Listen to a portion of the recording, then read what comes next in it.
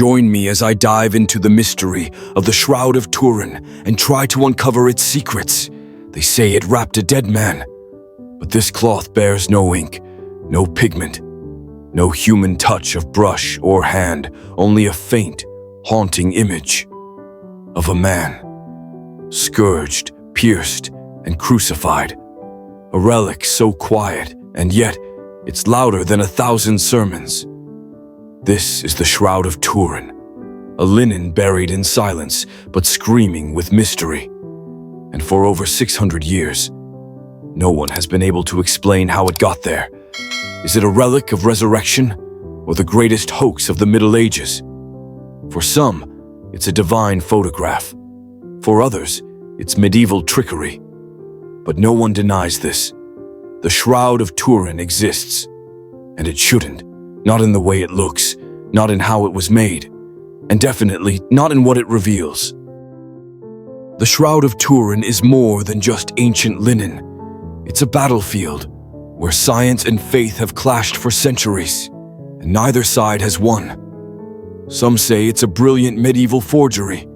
Others believe it cradled the body of Christ himself after the crucifixion. But here's the puzzle. An image so anatomically perfect, yet there's no pigment, no brushstroke, no medium. It's as if it was not painted, but burned in, as if it appeared not by hand, but by light. This cloth has survived fire and water, revolutions and wars. It has outlived kings and popes, skeptics and saints. It has seen cathedrals built and burned, yet it endures, untouched, unexplained. For centuries, it has drawn pilgrims and scientists alike. It invites awe and argument, because even silence, when it lasts this long, begins to speak. If God once spoke through a burning bush, could he not also whisper through a piece of cloth? Maybe the shroud is more than a mystery.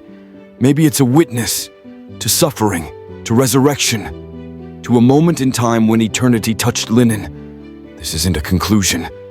It's an invitation to look closer, to question deeper, to hear what silence has been whispering for over 600 years.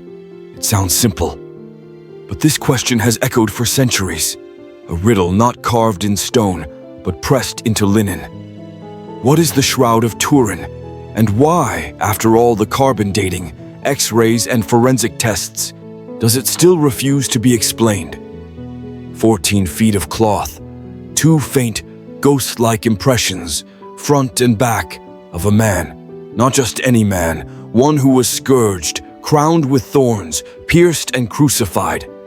And yet, he's not resisting. He's resting. His body, bruised, broken, still holds a strange calm, a sacred stillness.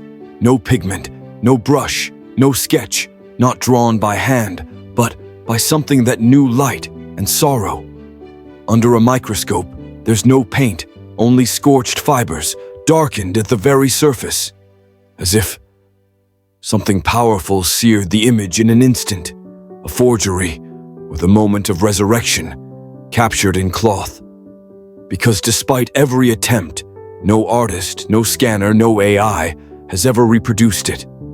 The Gospels speak of a man pierced and buried.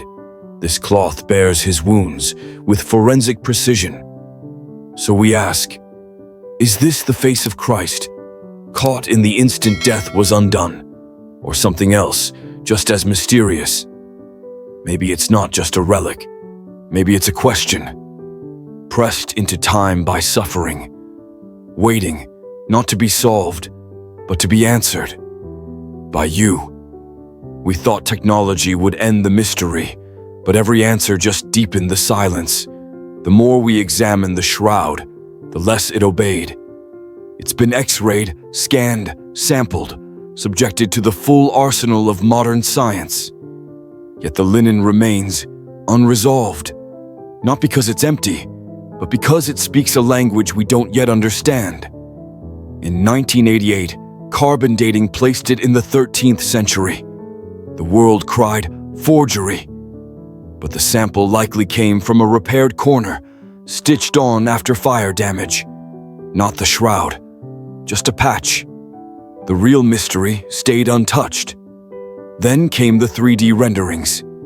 NASA tools revealed something impossible, an image with depth, a shadow not of paint, but of presence, not just a body, but the space between pain and surrender.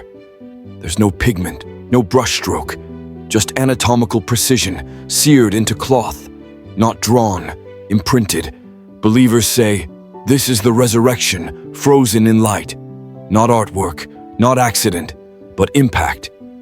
Skeptics call it coincidence, brilliance, illusion, but none can fully explain how. The shroud remains, not because it's mysterious, but because it might be true. Maybe it was never proof. Maybe it's a mirror, asking not for explanation, but for belief. And so it waits, in tension, between forensics and faith, between silence and the trace of glory. But then, something broke the silence. In 2015, a new wave of analysis was launched, not by theologians, but by scientists. Their target, the reddish stains on the cloth. And what they discovered was unnerving. Traces of blood, type AB, common in Middle Eastern populations, yes, but also traces of bilirubin, a chemical released in the blood under extreme stress. Torture-level trauma. The blood told a story, not of ceremony, not of legend, but of trauma. Raw, human, unbearable. The kind of suffering that turns darkness into prayer. But even more chilling was the image itself. Not soaked into the fabric, not painted. It rests atop the fibers, microns thin, like a whisper of eternity, left behind, a flash of something, not fire, not flame, not earthly light, but light that knows how to heal, how to judge, and how to raise the dead. What kind of moment leaves no brushstroke? What kind of event marks time itself? The shroud's image is more than visual. It has depth. When scanned with 3D rendering, it reveals topography, contours of a body suspended between pain and peace. A man crowned, crushed, crucified, yet calm, as if death came, but did not conquer. No icon behaves like this. No relic, no canvas, no fragment from history holds this kind of echo. Only this cloth. Some call it the moment of resurrection, frozen in light, not to be touched, but remembered. Maybe it was never meant to be proof. Maybe it was always meant to be witness, to light, to trauma, to resurrection, to the collision of heaven and earth.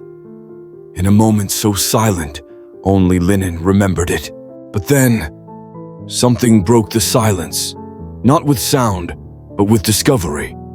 In 2015, scientists examined the cloth more closely and found blood. Real blood.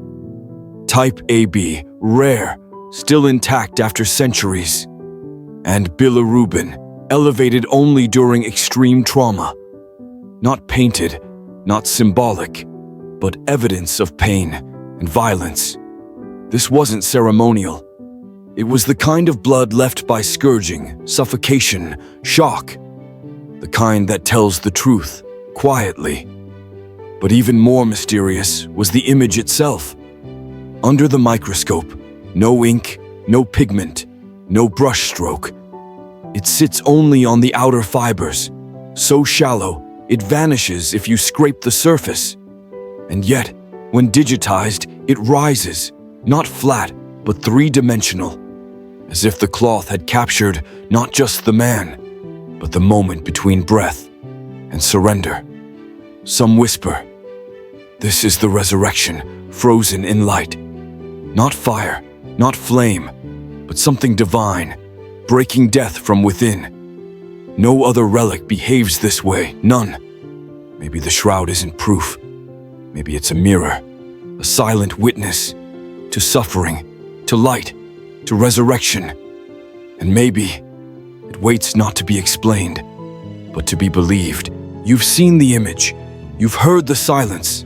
Now ask yourself, what do you believe? Could this ancient cloth be a divine signature, pressed into linen by the collision of light and death? Or is it a deception so masterful, even centuries of science haven't cracked it? This isn't just a story to be watched, it's a mystery to be shared. So tell us, what do you see in the cloth? And if something stirred in you, a flicker of awe, a whisper of wonder, don't stop here. There are more relics, more echoes, more questions that history still cannot answer. Watch next. Relics that shouldn't exist, but do. Where shattered bones, incorrupt bodies, and scrolls that should have burned refuse to disappear. Because faith always leaves traces. Sometimes in silence, sometimes in blood, and sometimes right in front of us. Woven in linen, whispering through time, waiting to be seen.